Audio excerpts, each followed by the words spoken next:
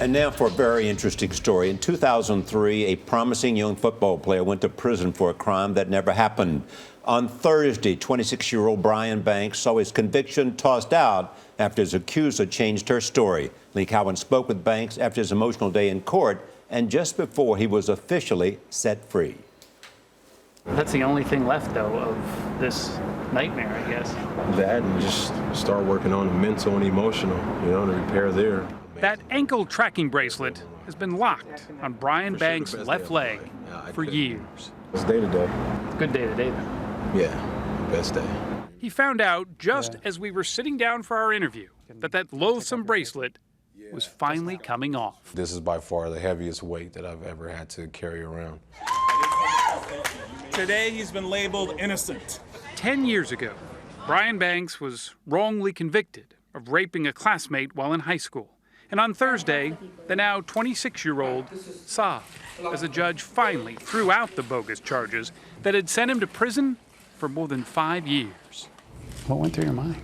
Everything just grabbed me at once, and it just consumed me at that moment. And so it was bittersweet. And I was so happy to hear those words, but just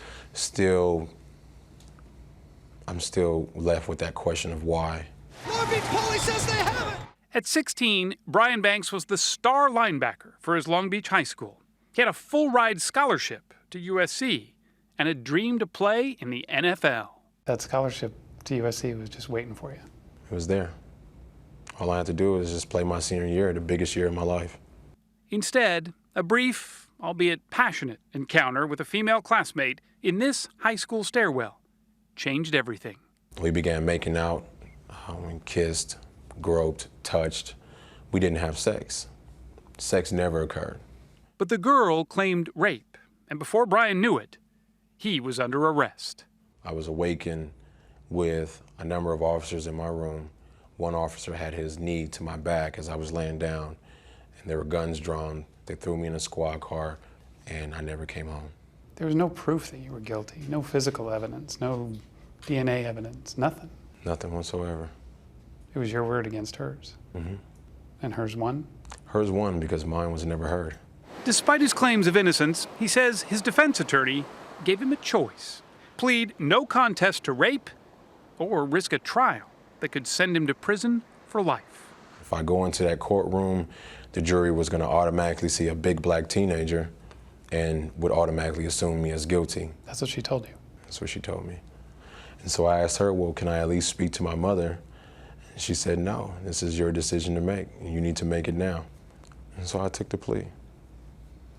He ended up finishing high school while in prison, and he had to register as a sex offender. He thought that was the end of it. But after he was released, came a surprise, a friend request on Facebook from the girl, now a woman, who had ruined his young life. So what went through your mind, though, when you got that Facebook message? I didn't even think it was her. I thought it was somebody playing a joke on me. He agreed to meet her with a private investigator who videotaped the whole thing. And finally, the confession came. Did he rape you? No, he did not rape me. But that's as far as it went. Did she apologize? No. Not even an I'm sorry? No. Nothing? No. And she never explained why she did it. But it was enough evidence for attorneys from the Innocence Project to get Brian's conviction overturned. Are you angry? No, I'm not angry. How could you not be? I've been there. I've been at that point of anger and bitterness when I first received that 6-year sentence.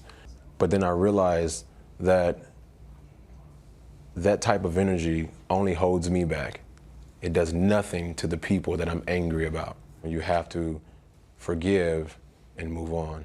He's working to get his life back on track and has never lost his dream of being in the NFL. Where do you want to play?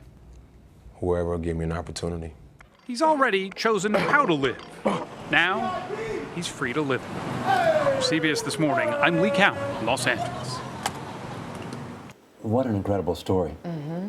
Two things. One, when you look at this story, you sometimes wish that for lawyers, you could get a second opinion.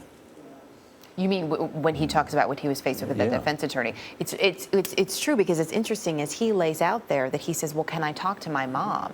And you would think anybody would say, "Look, this is a kid in high school. Of course you can talk to your parents." And she advises, "No, you have to make the decision now." As he tells the story, And what it is the gives you woman thinking pause. about when she tries to befriend him?